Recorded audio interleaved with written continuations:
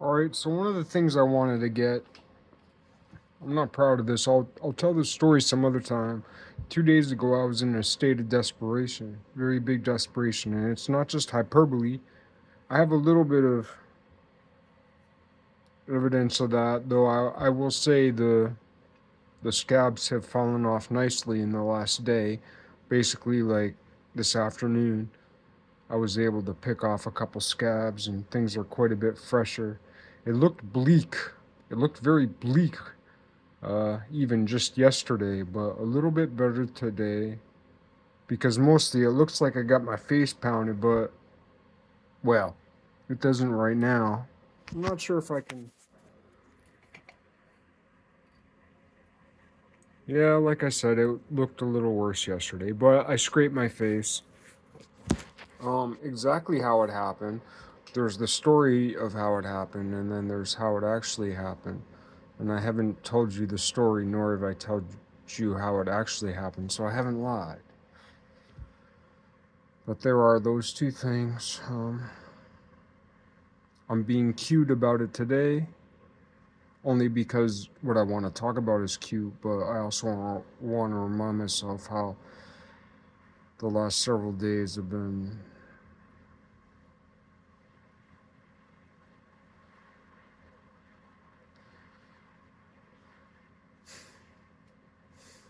Yeah, no, the last several days have been very different. Yeah. Basically, 2 days ago, I had like the worst night of my life. Like, if you had to put it down on paper, like the thing that you did, the thing that happened to you, I didn't hurt anybody except me. And I might have hurt a couple people's feelings because they were like looking at me, being like, But besides that, like it was all me. I hurt, and I hurt myself in what, like, if you're like, these are all the bad things that can happen in a person's life, and here I am, 47-ish years old, and I ran head first into stupidity, and I wouldn't say I suffered the consequences. I did because I felt suffering, but in some way I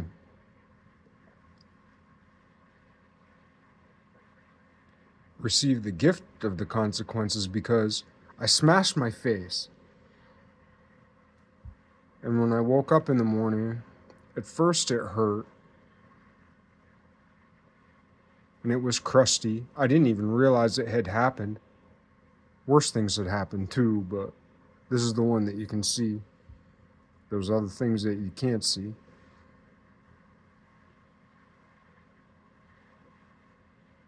But I remember telling myself, boy, it could be worse.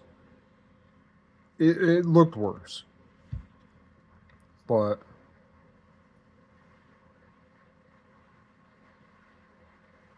it was like a scrape.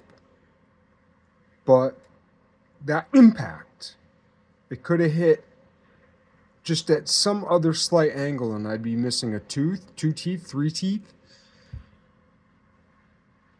And the funny thing is, too, like the next day I was like, and the next day, but like, then today I blew my nose and all of a sudden I could breathe better than I've been able to breathe through my nose for a while. And it was a bad night. And the night before wasn't necessarily a good night. Wasn't a good night. And I couldn't breathe that good then. And then I smashed my face on the fucking what I smashed it on. Waking up delirious.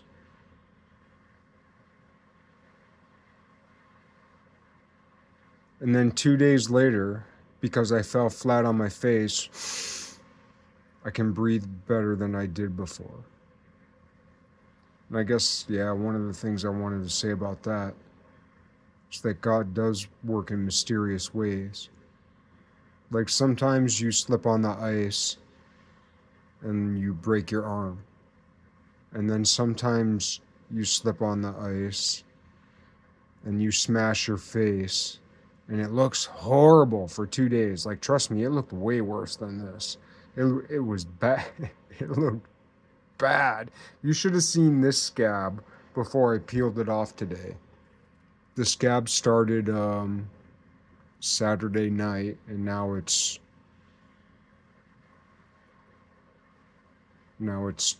Tuesday night. So Sunday night, Monday night. So Saturday night, Sunday night, Monday night, Tuesday. So 3 nights later, and it's just so funny how close.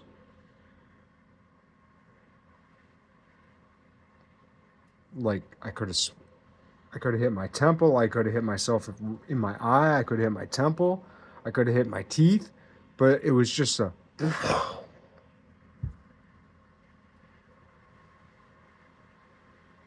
There's more to it than that, but the interesting thing is that I was completely fucked. I got my face fucked. That's not the only thing. There's other things that got fucked too, but I'm not going to offer them up. The only reason I'm even talking about this is because I can't deny it. I also kind of want to remember it.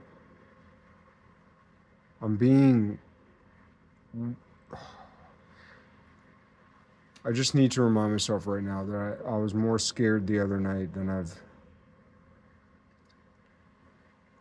was just about as scared as I've ever been in my entire life a couple nights ago. For 3 hours. It was 3 hours of complete and total fear.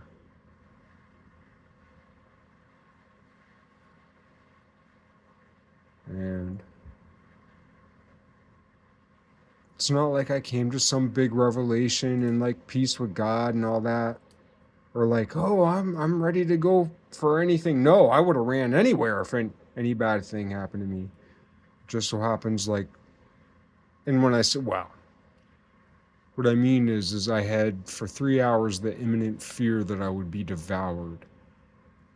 And it was a legitimate fear. It wasn't necessarily a legitimate like study or synopsis or evaluation necessarily, but it was a valid concern.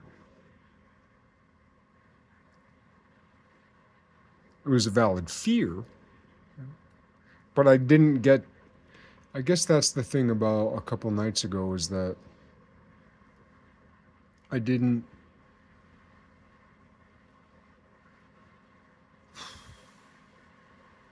overcome fear. I just kept going through fear. It was a very, very, it wasn't a victory. For 3 hours,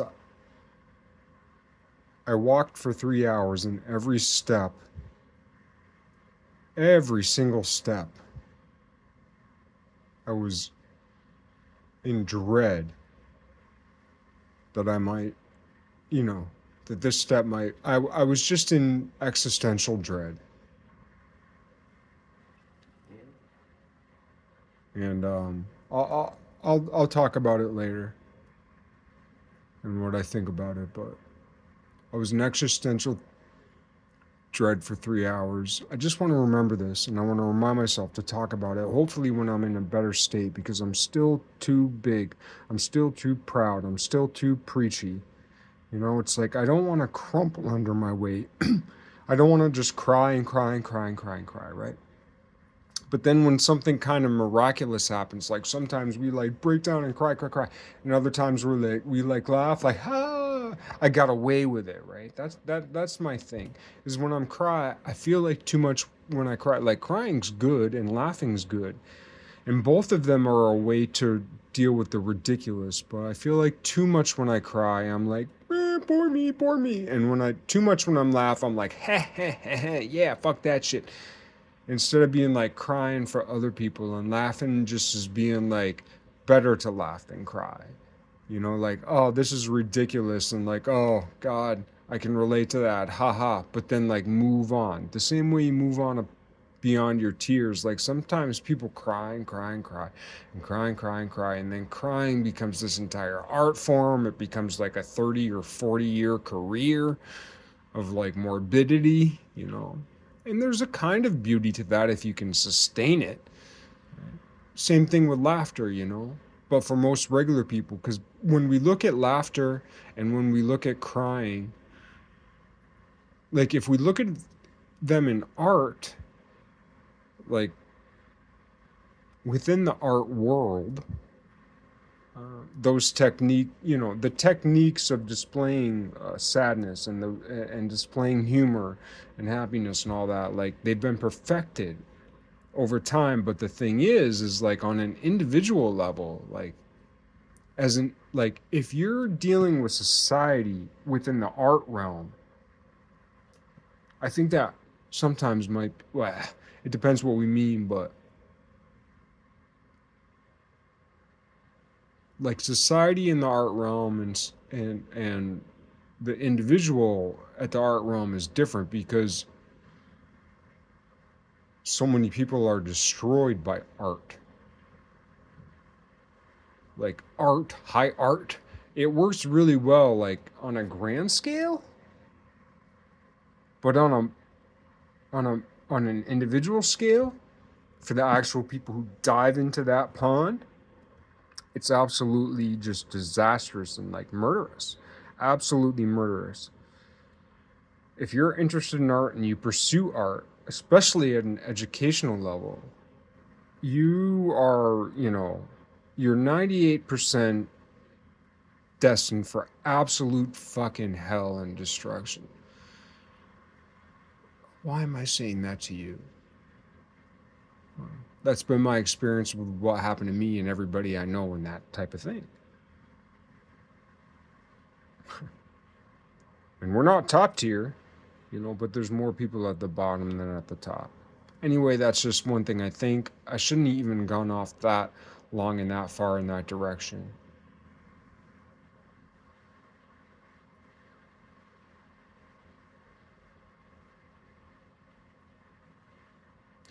I was so afraid the other night. I didn't overcome my fear. I did not overcome my fear. And that's when it's the first time in my life where like I didn't achieve something. I've had greater fears before, but when I succeeded at the end, and what do I mean by success? Simply homeostasis, like simply becoming comfortable again, like being so tense and so full of adrenaline and so fearful and so feeling like you're just gonna die. And then over time, like coming out on the other side. Every other time in my life when that happened, I thought I overcame my fear. Oh, I overcame my fear. And what I realized the other night is that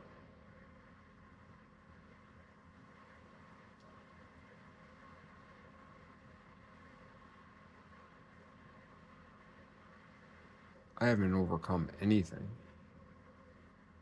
And I was vulnerable, like to being eaten, to my in my mind.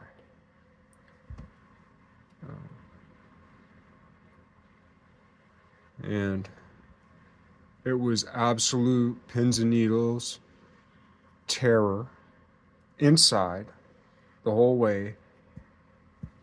I'm sure my heartbeat was practically registering on the Richter scale.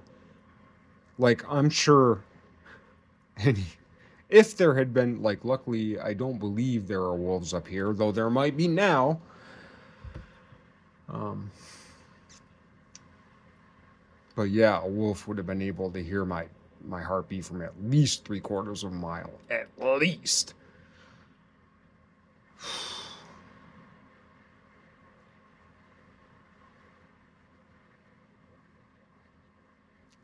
it's an interesting story. I don't have the time for it right now, or the energy, or the even the right attitude. I had I kind of can't wait to tell you what a piece of shit I am. I kind of can't wait to tell you what a fucking piece of shit I am and what happened the other night. And I just hope I don't wait too long to tell this story before I forget it. Because it was so. It, it makes. My night the other night makes stupid look smart. I could only wish in 1,000 years to be as good or as smart as Forrest Gump. My night the other night. But that's the thing. I've had so many bad nights. It's like all I can do is just look at it like dumbly, like, wow. It's sobering in a funny way. But it's not funny. But like, I laugh at it. It's funny in a certain way. I say to myself,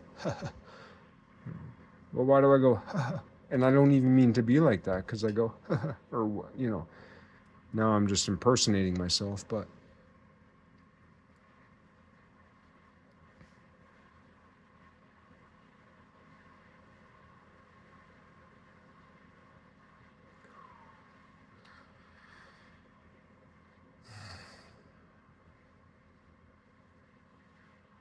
I pray I remember this and I pray I talk about it sometime. It will be very, very, very, very embarrassing.